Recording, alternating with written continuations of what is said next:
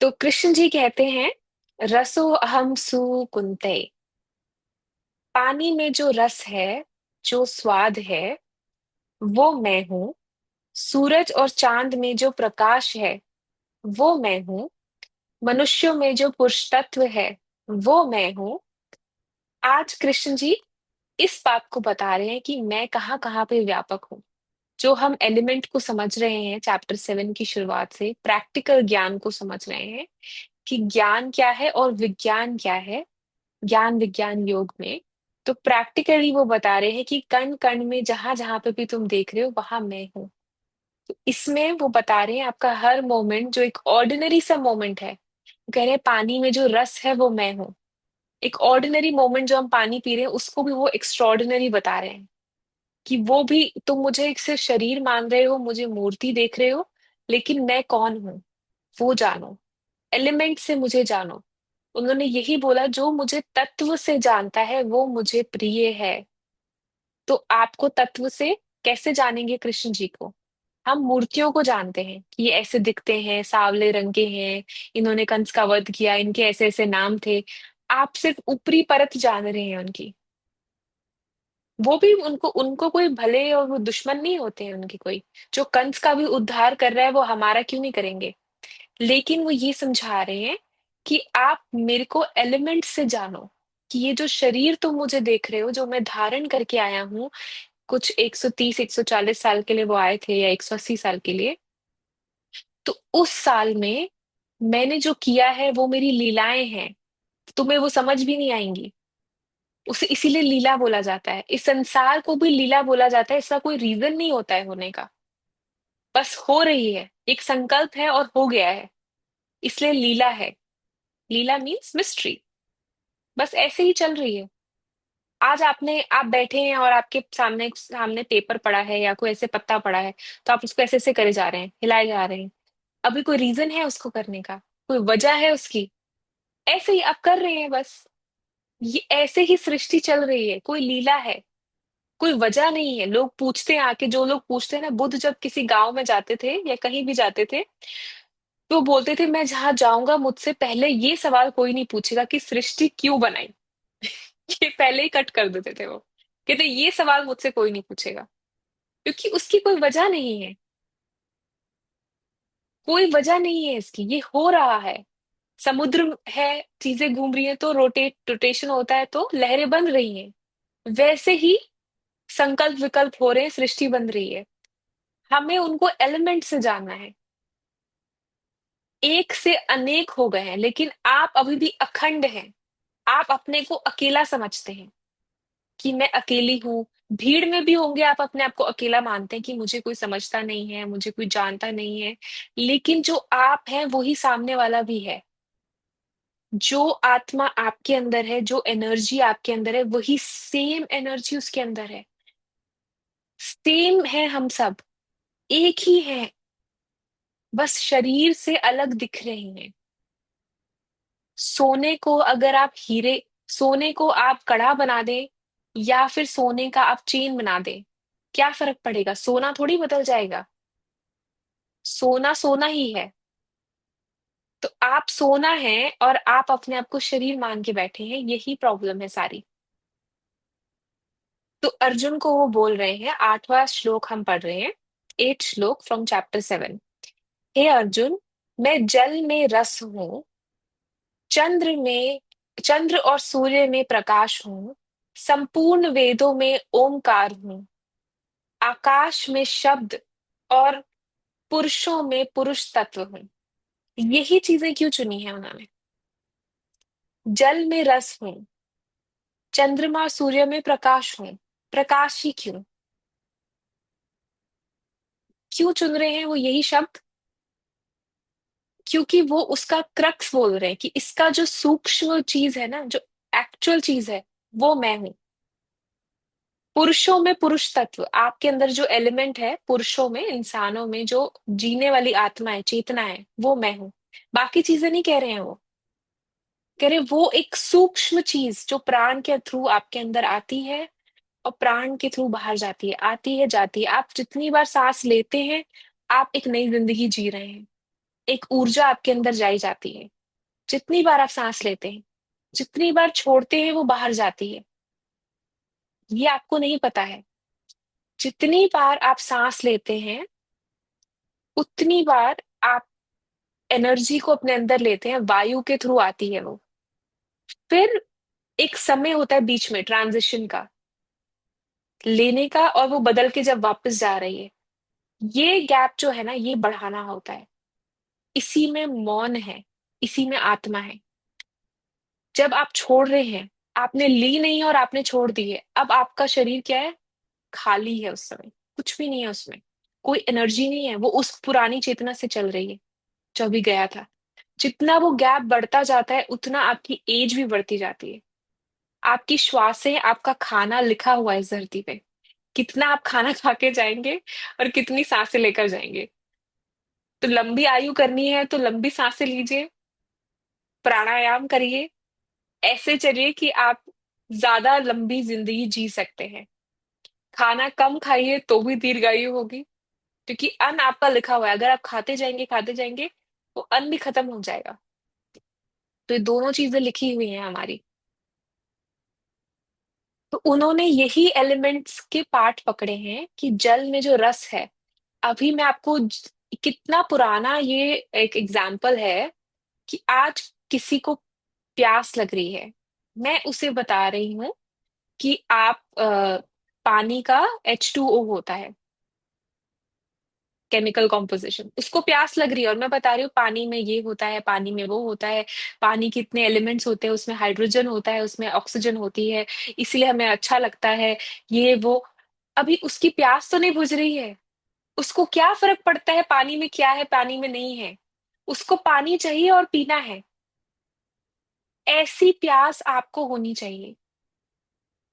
तब मोक्ष की वो स्टेज आती है। तब आप एलिमेंट को समझ पाते हैं। अभी तो आप शब्दों को, पानी की कॉम्प्लेक्सिटीज को समझ रहे हैं कि H2O है, ज्ञान में आत्मा कहाँ है, आठों प्रक्रिया ये है, आठों प्रकृति के जो रूप है वो ये है, गीता में ये बताया है, अभी आप पानी की कॉम्प्लेक्स समझ रहे हैं। अभी आप वो नहीं समझ रहे हैं कि पानी का स्वाद क्या है। तो वही कह रहे हैं, पानी का जो रस है, जो एक्चुअल टेस्ट है, वो मैं हूं। मतलब जो एलिमेंट का, उसके अंदर का जो एलिमेंट है, वो मैं हूं। चंद्र सूर्य में रोशनी जो है, प्रकाश, वो मैं हूं। संपूर्ण वेदों का सार क्या है? ओमकार। यही है। ओम से ही आए थे, ओम में ही मिलना है। अब तो साइंटिफिकली भी बोलते हैं कि बिग बैंग होता है तो ओम की आवाज आई थी, ये हुआ था, वो हुआ था। तो ओम ही सारी चीजों का है। एक ओमकार। ये सारी एक साउंड, एक ही वेव चलती है इस पूरी धरती पे। साइंटिफिकली प्रूवन है, अगर आप ओम का उच्चारण करते हैं तो आपकी brain theta waves, alpha waves, इसके साथ क्या क्या होता है, ये सब प्रूव हो चुका है अभी जो ओम चैंटिंग करते हैं। तो उसमें सारे संपूर्ण वेदों का, उन्होंने ये नहीं बोला कि संपूर्ण वेदों का सार अच्छा हुआ, बुरा हुआ, कर्म है, ज्ञान है, ये है वो। ये सब नहीं कह रहे हैं वो। ओमकार मीन्स तत्व, एलिमेंट, वो आप हैं। मैं पृथ्वी में पवित्र गंध और अग्नि में तेज हूँ, तथा संपूर्ण भूतों में उनका जीवन हूँ और तपस्वियों में तप हूँ। फिर वही बता रहे हैं कि हर चीजों में जो उनका क्रक्स है, एलिमेंट है, वो मैं हूँ। हे अर्जुन, तू संपूर्ण भूतों का सनातन बीज मुझे ही जान। सनातन बीज means, Sanatan is eternal, always, forever, जो आद से है। आद सच जुगाद सच, है भी सच, हो भी सच, नानक होसे भी सच। पहले से ही है और हमेशा रहेगा। आपके आने से पहले भी था, आपके जाने के बाद भी होगा, और वो हमेशा रहेगा। उसको कोई चेंज नहीं कर सकता। आप माने नहीं माने, इट डजेंट मैटर।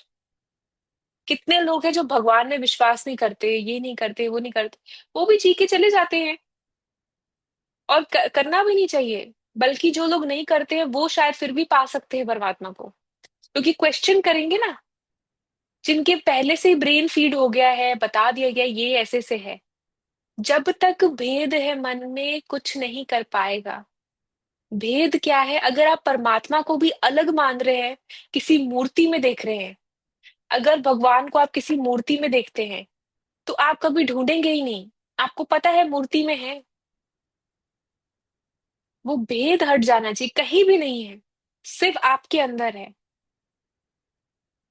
हर जगह है और कहीं भी नहीं है। इतनी गहरी बातें हैं ये, और आपको सुनने को मिल रही है। आप कितने लकी हैं आप नहीं जानते। जो भजन में जा रहे हैं, आ, कर्म योग जा रहे हैं, डिफरेंट डिफरेंट जो मार्ग है उसमें जा रहे हैं, जो रिलीजियस प्लेसेस जाते हैं, उनको ये बातें नहीं बताई जा रही हैं। वो सुन भी रहे हैं लेकिन उनको समझ नहीं आ रही। गीता के पाठ होते हैं, भागवत कथा होती है, क्या नहीं होता। लेकिन लोग कैसे सुनते हैं? कोई क्लास की तरह थोड़ी सुनता है उसको, कि हम पढ़ने जा रहे हैं। वो ऐसे ही सुनते हैं बस, कि हाँ सुनना है, पुण्य मिलेगा, या भगवान है, ये वो ऐसे करके सुनते हैं। इतनी श्रद्धा है बस। लेकिन अपने को बदलने कोई नहीं जा रहा है वहां पे। आप लोग आ रहे हैं, आप अपने को बदलने के लिए आ रहे हैं। वो कितना इंपॉर्टेंट है आप नहीं जानते। खुद के अंदर अगर एक भी चेंज आ जाए, आपके कितने जन्म तर जाएंगे आपको नहीं पता। क्या पता आपका नेक्स्ट जन्म प्लम्बर का होना था, लेकिन आप समझ गए उस बात को जो अभी समझनी थी, और वो एक जन्म कट गया आपका। मैं किसी को डराती नहीं हूँ कि तुम्हारा जन्म ये हो जाएगा, वो हो जाएगा, ये हो जाएगा, तुम्हारे साथ ये हो जाएगा।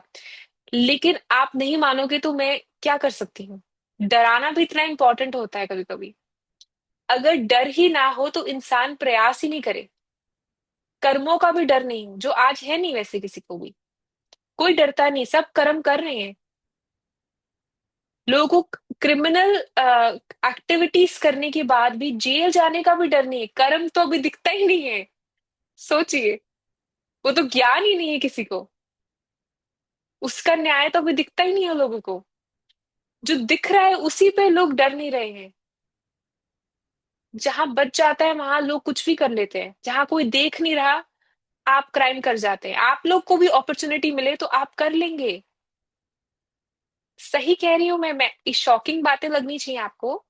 क्योंकि गिवन द अपॉर्चुनिटी, अगर आपको पता हो इसका कोई रिजल्ट नहीं आएगा, आप भी सोचेंगे कर लेते हैं, क्या हो गया, कोई देख तो रहा नहीं है, कोई रिजल्ट भी नहीं आएगा। ऐसे हमारा दिमाग चलता है। उस समय बुद्धि भी भ्रष्ट हो जाती है।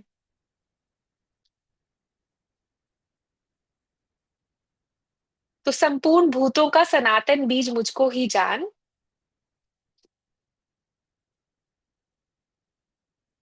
मैं बुद्धिमानों की बुद्धि और तेजस्वियों का तेज हूँ। हे भरत श्रेष्ठ, मैं बलवानों का आसक्ति और कामनाओं से रहित बल अर्थात सामर्थ्य हूँ, और सब भूतों में धर्म के अनुकूल अर्थात शास्त्र के अनुकूल काम हूँ। क्या शास्त्र के अनुकूल काम कह रहे हैं? डिजायर्स जो शास्त्र अलाउ करती हैं। बलवानों का आसक्ति और कामनाओं से रहित। हर चीज में वो अपने को डिस्क्राइब कर रहे हैं कि जो भी बेस्ट चीज है ना, उसका जो बेस्ट चीज है, बेस्ट अनुभव, बेस्ट एक्सपीरियंस, बेस्ट आउटकम जो उससे होता है वो मैं हूं। और हम लोग अभी जानते नहीं है उस एलिमेंट को। और भी जो सत्व गुण उत, से उत्पन्न होने वाले भाव है, और जो रजोगुण से तथा तमोगुण से होने वाले भाव है, उन सबको तो मुझसे ही होने वाला जान। इसके बाद भी अर्जुन को नहीं समझ आ रहा है। आप ये जानते हैं, शॉकिंग बात ये है कि सामने खड़ा हुआ आज आपको कोई बोले ये सब बातें अपने बारे में, आप बोलेंगे क्या बोल रहा है ये, कुछ भी ऐसे करके हम खत्म कर देंगे। वो कि सबको नहीं बोल रहे हैं, ये भी इंपॉर्टेंट बात है। उनको पता है किस पात्रता को बोलना है। ये चीज वो दुर्योधन को नहीं बोल सकते, वहां तो वेस्ट है बोलना। ये चीज शकुनी को नहीं बोल सकते, भीष्म पितामह को भी नहीं बोल सकते, किसी को नहीं बोल सकते। सिर्फ अर्जुन ही इकलौता है जो सुनने के लिए वो डिजर्व करता है। सिर्फ एक वही इंसान है जो डिजर्व करता है सुनना ये। तो उसी को बोल रहे हैं, सबको पॉज करके, कि ये सब मैं हूं, रजो तमो सतो तीनों गुण भी मैं हूं। ये आगे के चैप्टर में एक्सप्लेन करूंगी मैं, कि रजो तमो सतो क्या है। वो कह रहे हैं कि इन सब से होने वाले भाव भी मैं हूं। ऐसा जान परंतु वास्तव में उनमें से और मुझ में, उनमें मैं और मैं उनमें नहीं हूं। यही सब कुछ है। सब कुछ मैं हूं लेकिन मैं कुछ भी नहीं हूं। सब कुछ मैं हूं लेकिन मैं नहीं हूं। यही सारी चीज है। समुद्र में बूंद है, बूंद में समुद्र है। ये इतनी पहेली वाली चीजें, ये एलिमेंट आपको जब समझ आएगा ना, आप ऐसे चमक जाएंगे। और समझना क्या है आप जानते हैं? एक इंसान भगवान के रूप में आकर आपका दुश्मन बना हुआ है। एक इंसान भगवान के रूप में आके आपका दोस्त बना हुआ है। यही चल रहा है बस। एक तरफ भगवान थप्पड़ मार रहा है, दूसरी तरफ प्यार कर रहा है। यही हो रहा है आपके साथ। आपको बस पता नहीं है। एक बार एक संत बैठे थे, वो रोटी खा रहे थे, तो सामने कोई आया और चिल्लाने लगा उन पे। जोर जोर से चिल्लाने लगा, जोर जोर से, और उनको मारने लगा। फिर मार के चला गया। फिर दूसरा इंसान आया और वो उसको उनको प्यार करने लगा कि देखो ये ऐसे। तो कहते हैं वाह भगवान, तू ही मार रहा है, तू ही प्यार कर रहा है। ये वो एलिमेंट की नजर है। जिस दिन आप एलिमेंट को समझ जाएंगे, अनुभव कर लेंगे, आप ऐसे देखेंगे पूरी दुनिया को कि वो ही इस रूप में सजा भी दे रहा है, वो ही इस रूप में प्यार भी कर रहा है। उस स्थिति को लाने के लिए पहले अपनी स्टेट को तो समझिए आप। जो मैंने कल बताया था कि आपके कौन कौन से कर्म हैं, अगर आपने लिस्ट डाउन करे हैं तो बहुत अच्छी बात है। कि 5 लोग हैं, पांचों 6 लोगों में से कौन सा आपका सबसे स्ट्रांग कर्मा है। वहीं से शुरुआत है आपकी। ये एलिमेंट आप भी समझ सकते हैं, वो स्टेट तक हम भी जा सकते हैं, लेकिन कैसे पहुंचना है? सीढ़ी तो चढ़नी पड़ेगी कहीं से। कहीं से तो शुरुआत करनी पड़ेगी। एक बार एक शिष्य जो था, वो ना सबकी बहुत बुराइयां करता था, क्रिटिसाइजिंग, बुरी बातें बोलना, लोगों को नीचे गिराना, ऐसे करना। तो उसका ये स्वभाव था। लेकिन क्या होता था, उससे कोई काम ही नहीं बनते थे। तो वो ऋषि के पास गया, कोई ऋषि मुनि के पास, और उनसे बोला कि मेरे ना ऐसी प्रॉब्लम चल रही है, मेरे कोई काम नहीं चल रहे। तो ऋषि कहते हैं कि देखो, जब भी तुम किसी की बुराई करते हो, किसी की नेगेटिव बातें करते हो, क्रिटिसाइज करते हो, निंदा चुगली करते हो, तो तुम उसकी एनर्जी भी अपने अंदर ले रहे हो। तो वो कहता है कि शिष्य कहता है तो क्या हो गया इसमें? तो वो कह रहा है कि उसकी जब एनर्जी तुम अपने अंदर ले रहे हो, तो तुम्हारी एनर्जी उसकी एनर्जी से लड़ रही है। तो तुम्हारे पास एनर्जी नहीं बच रही है कि कुछ भी काम कर सको तुम अपना, इसलिए तुम्हारे कोई काम नहीं बन रहे। एक पर्सन, एक सत्पुरुष जो एलिमेंट से कनेक्टेड हो, उसके मुंह से बात निकल जाए वो हो जाती है। पता है आपको? वो सिद्ध हो जाती है। वो बात हो ही जाती है, उसके बाद कुछ बचता नहीं है। अंदर से बस बोलने की देर है। इसीलिए बहुत सोच समझ के शब्दों का इस्तेमाल करना चाहिए। क्योंकि वो इतना प्रकृति से कनेक्टेड है, नेचर से कनेक्टेड है, इतना वो जुड़ा हुआ है कि उसको पता है कि कब क्या बोलना है, और बोलते ही वो चीज हो जाती है। इसीलिए वो ऐसे भी चीजें नहीं बोलते हैं, ऐसे आशीर्वाद नहीं देते हैं किसी को भी। और जिसको दे दिया उसको पूरा हो जाता है फिर। इसीलिए बोलते हैं सत्पुरुषों से ब्लेसिंग्स लो जाके उनके, जो खुद वैराग लेकर बैठे हैं। वैराग मीन्स एक पल में सब छोड़ सकते हैं। आप में से कोई कुछ नहीं छोड़ सकता। आप बड़ा बोलिए कि मैं बहुत, I have detached all this things, आप बड़े डिटैच्ड हैं, लेकिन आप कुछ छोड़ नहीं सकते। सेम चीज, एक बार एक राजा संत के पास गया, वो बोला कि तुम में और मुझ में क्या फर्क है? ज्ञान मुझे भी है, ज्ञान तुम्हें भी है, मैं भी कर सकता हूँ ये प्रवचन जो तुम देते हो। तो संत मुस्कुराए। वो तो डेमो देते हैं, सारे संत डेमो देकर बात करते हैं। ऐसे समझ नहीं आता हमें। तो कहते हैं ठीक है चलो। कहते कहाँ चलो? कहते आज से मैं तुम्हारे राज्य में रहूंगा, अगर कोई डिफरेंस नहीं है तो एक ही बात है, तो मैं तुम्हारी जगह बैठूंगा। ठीक है। तो वो जाके राज्य में बैठते हैं, खाना वाना खाते हैं, भोजन करते हैं। 1 हफ्ता हो जाता है, 2 हफ्ते हो जाते हैं।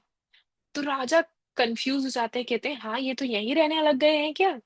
वो कहते हैं तो मैं तो यही कह रहा था कि आप में और मेरे में कोई डिफरेंस नहीं है। तो संत क्या करते हैं? कहते हैं उठो, चलो मेरे साथ। और चलने लगते हैं। महल छोड़ दिया, राज्य छोड़ दिया, चलने लग गए। चलते गए, चलते ही गए, चलते ही गए। 1 दिन हो गया, 2 दिन हो गए, 3 दिन हो गए। वो राजा बोल रहा है कि तुम क्या कर रहे हो, मेरा पूरा राज्य वहां वेट कर रहा है। तो वो कह रहा है कि यही तो मैं समझा रहा हूँ कि तुम और मैं एक नहीं हो। मैं जब चाहूं, जहां चाहूं, जो छोड़कर जा सकता हूं, जब चाहूं। तुम नहीं छोड़ सकते, तुम बंधन में हो। और तुम अंदर से बंधन में हो, क्या पता 1 हफ्ते बाद मैं वापस ही ले आता तुम्हें। लेकिन अंदर से तुम बंधन में हो। इसीलिए आप लोग भी अपनी जिम्मेदारियां, ये सब चीजें समझते हैं, मैं नहीं हूं तो कौन करेगा, ये नहीं होगा। मैं कितना समझाती हूँ, आपकी जिम्मेदारी नहीं है। एक जगह से आप हटकर देखिए और देखना आपके बिना भी कितना अच्छा काम होता है। जैसे बच्चों के साथ आप लगे रहते हैं, पोता पोती, नाना नानी, ये सब आप ऐसे लगे रहते हैं ना कि मेरी जिम्मेदारियां हैं, बच्चे मेरी जिम्मेदारियां हैं। जरा 2 मिनट से आप हटेंगे ना कुछ कुछ कुछ चीजों से, आप देखेंगे आपकी जरूरत नहीं है। आप ही घुसे हुए हैं। उससे आपका बर्डन कम हो जाएगा। एक्चुअली जो आपकी जिम्मेदारियां हैं वो कम है। वो 3-4 ही होंगी जो आपको रोल प्ले करना है। आपने क्या ली हुई है, 100 अपने ऊपर। इसीलिए तो ऊर्जा नहीं बचती आपके अंदर। उसके ऊपर आप लोगों की बुराइयां भी करते हैं, नेगेटिविटी भी करते हैं, तो और आप बुरे कर्म अपने ऊपर ले रहे हैं। तो क्या बच रहा है? तत्व को आप नहीं समझ रहे हैं। आप क्या समझते हैं कि मैं सो एंड सो हूं, मैं माँ हूं, मैं पति हूं, मेरे 2 बच्चे हैं, मुझे उनके लिए कमा कर लाना है, मुझे ये करना है, मुझे वो करना है। किसी को मैंने बोला भी था कि इतना भी पागल नहीं हो जाना इच्छाओं के लिए कि आप सब कुछ खो दें अपनी सुध बुध। एक बहुत अच्छा दृष्टांत है। हम लोग क्या करते हैं, बच्चों के लिए कर रहे हैं, हम झूठ बोलते हैं। करते हम अपने लिए हैं, लेकिन करना आप बोल रहे हैं बच्चों के लिए। हर जगह आप चीट कर रहे हैं अपने आप से। हर जगह पैसे कमा रहा हूँ, घर ले रहा हूँ, बच्चों के लिए कर रहा हूँ, ये कर रहा हूँ बच्चों के लिए। नहीं, आप अपने लिए कर रहे हैं। आप भी यही चाहते हैं। आप भी यही चाहते हैं। और चाहना गलत नहीं है, पर अपने से झूठ बोलना गलत है।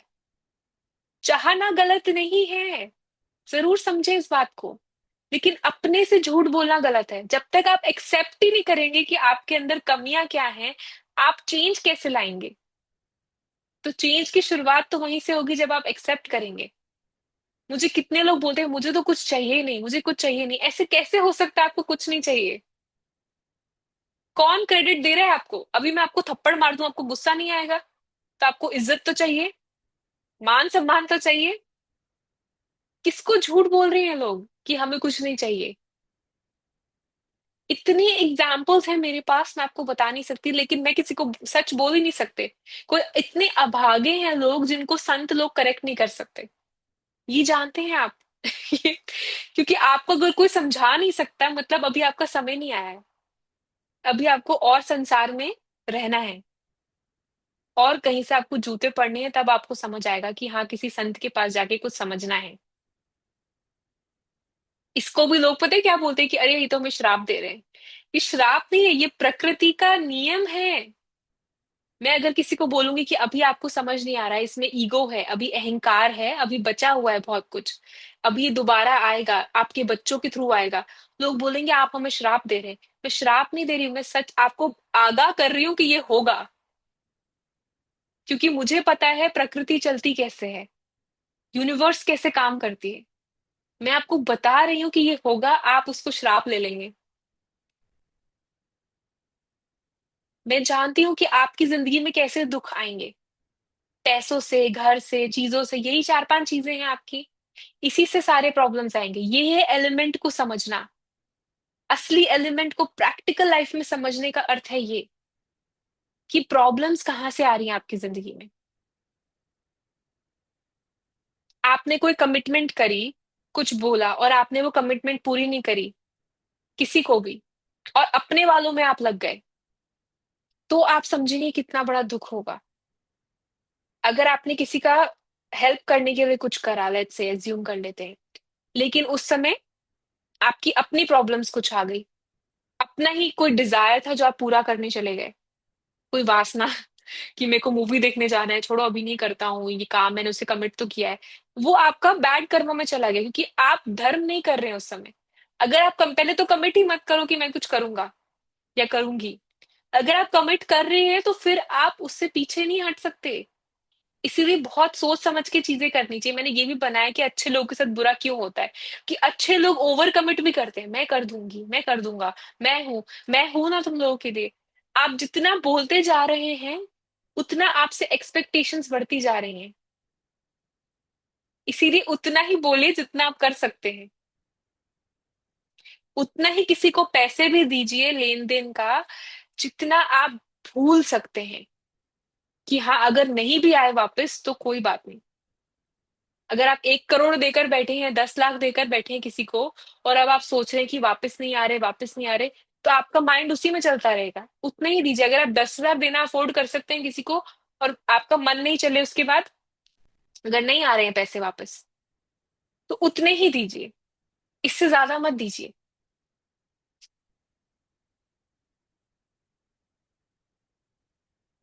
समझ रहे हैं सभी लोग? एलिमेंट को समझना यही होता है कि आप ये जो प्रैक्टिकल चीजें हैं इनको देखें।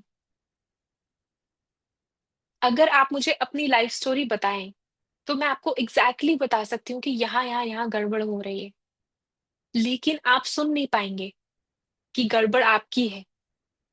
इतना धैर्य और टॉलरेंस नहीं है हमारे अंदर। हम नहीं सुन पाते हैं। तो वो जब समय आता है तो फिर भगवान दूसरे तरीके से सुनवाता है। समय भी तो इम्पोर्टेंट है। समय साथ में चलना चाहिए हमारे। एक बार एक शिष्य को ना गुरु ने बोला कि रात में अंधेरे में ना एक अंधेरी जगह थी, वहां जाके बीज बोकर आओ। तो शिष्य बोलता कि ये क्या मतलब है, मतलब कि अंधेरे में क्यों बीज बोना है, इसका पॉइंट ही नहीं है, वो उगेगा ही नहीं। तो वो कहता नहीं नहीं तुम करके आओ। वो बोने चला गया और वहां बो दिया। अभी उसको लगा कि ये तो पॉइंटलेस चीज है, यहाँ कोई चेंज नहीं आएगा, इसको ऐसे ही रहने देते हैं। तो उसने ध्यान ही नहीं दिया उसके बाद क्या हो रहा है क्या नहीं हो रहा। देन एक हफ्ते बाद वहां से ना अंकुर निकलने लग गया। अंकुर निकला, और अंकुर निकलने के बाद वो जहां धूप है ना उस डायरेक्शन में चलने लग गया। तो गुरु उस शिष्य को बोलता है कि समझ आ रहा है तुम्हें कुछ? तो शिष्य कहते हैं मुझे तो कुछ समझ नहीं आ रहा गुरुजी। तो वो कहते हैं कि ऐसे जैसे बीज को पता नहीं है कि ऊपर धूप है या अंधेरा, बीज को पता नहीं है कि ऊपर धूप है या अंधेरा, लेकिन वो सिर्फ अपना कर्म कर रहा है कि मुझे मिट्टी में मिलकर अंकुर देना है। बाकी आगे क्या है मुझे नहीं पता। उसका कर्म इतना ही है। ठीक है। उसी तरह आप लोग भी अपने अच्छे कर्म करिए, ऐसे करिए कि आपको पता नहीं कि रिजल्ट आना है कि नहीं आना है। जब टाइम होगा अपने आप आपके रिजल्ट सामने दिखा दिए जाएंगे। उसी तरह कर्म करिए कि आपको नहीं पता कि आगे क्या होना है। फ्यूचर की प्लानिंग करके अगर आप प्रेजेंट को जी रहे हैं तो आप कभी सुखी नहीं रह सकते। अगर आप फ्यूचर के बारे में सोचते रहते हैं तो आप एंजाइटी में रहेंगे। अगर आप पास्ट के बारे में सोचते रहते हैं तो आप डिप्रेशन में रहेंगे। 90% लोग या तो एंजाइटी के पेशेंट हैं या डिप्रेशन के। प्रेजेंट मोमेंट में कोई नहीं रहता है। और जो प्रेजेंट मोमेंट में रहता है वो सिर्फ काम करते रहते हैं। ऐसा नहीं कि वो ध्यान लगा कर बैठे हैं या वो अपने को जान रहे हैं। 9%, 9.99, 90 में से 9.999% लोग जो होंगे वो प्रेजेंट मोमेंट में जो रह रहे हैं, वो सिर्फ काम कर रहे हैं, सुबह शाम रात काम काम काम काम काम। फिर कोई 0.00001% होगा जो खुद को जानना चाह रहा है प्रेजेंट मोमेंट में रहकर। तो आप किस फील्ड में हैं? या तो आप डिप्रेस्ड हैं, आप एंग्शियस हैं, या काम कर रहे हैं। खुद को कब जान रहे हैं? जैसे मैंने अभी बताया कि श्वास आती है श्वास जाती है, ये आपको पता ही नहीं है। कितने आप अपनी श्वासों को देखते हैं? बुद्ध ने मोक्ष को पाया ही अपनी सांसों को देखकर। एक बीच में गैप आता है। ये भैरव तंत्र के कुछ 108 विधियां हैं, शिव जी ने बताई हैं पार्वती जी को। तो उसमें से पहली ही है, ज्यादा एफर्ट नहीं किया उन्होंने। 108 नहीं सुनी उन्होंने, पहली ही पकड़ ली और पहली का ही अभ्यास किया कि सांस लेनी है, सांस छोड़नी है, बस इसी को देखते थे वो, और कुछ नहीं करते थे। 6 साल। फिर थक गए, क्या कर रहा हूं, छोड़ दिया। जिस दिन छोड़ दिया, सारी इच्छाएं छोड़ दी, मोक्ष की इच्छा भी छोड़ दी, उस दिन मुक्त हो गए। पता चल गया मैं तो मुक्त ही था। तो वो ही आप लोग भी हैं। तो आज का जो टॉपिक है वो एलिमेंट को समझना, कि वो कह रहे हैं कि हर चीज में मैं हूं। पृथ्वी में पवित्र गंध, अग्नि में तेज। अग्नि के अंदर और भी चीजें हैं, लेकिन वो कह रहे हैं तेज मैं हूं। ये आप लोग भी हैं। पुरुष में पुरुष तत्व है। जो आपके अंदर पुरुष तत्व है वो कृष्ण है। आप कहाँ बाहर खोज रहे हैं? जब तक मूर्ति में देखेंगे आपको नहीं मिलेगा, अंदर ही जाना है। तो हम क्या कर रहे हैं, बाहर ढूंढ रहे हैं। जब तक बाहर है, आप भेद समझ रहे हैं। भेद इज द्वैत, और ज्ञान है अद्वैत का, oneness, only one. There is no other person, there is no prakriti, Anjana, Shilpa, जितने भी आप सब लोग बैठे हैं, आप और मैं अलग नहीं है। हम सब एक है, ये ज्ञान है। उसकी शुरुआत होती है आप जहां रहते हैं वहां से। आपके 24 घंटे कैसे होते हैं वहां से, आपका एनवायरनमेंट क्या है वहां से, आप कैसे खाते हैं, आप कैसा सोते हैं, आप क्या पीते हैं, शरीर को कैसे रखते हैं। शरीर को मंदिर की तरह रखना होता है। जैसे मंदिर में जाते हो आप, पवित्र रखते हैं उसे, मंदिर की धरती को। आपके अंदर कृष्ण का वास है। पुरुष में पुरुष तत्व कृष्ण है। तो अगर आपके अंदर कृष्ण है तो वो मंदिर में रहेंगे ना।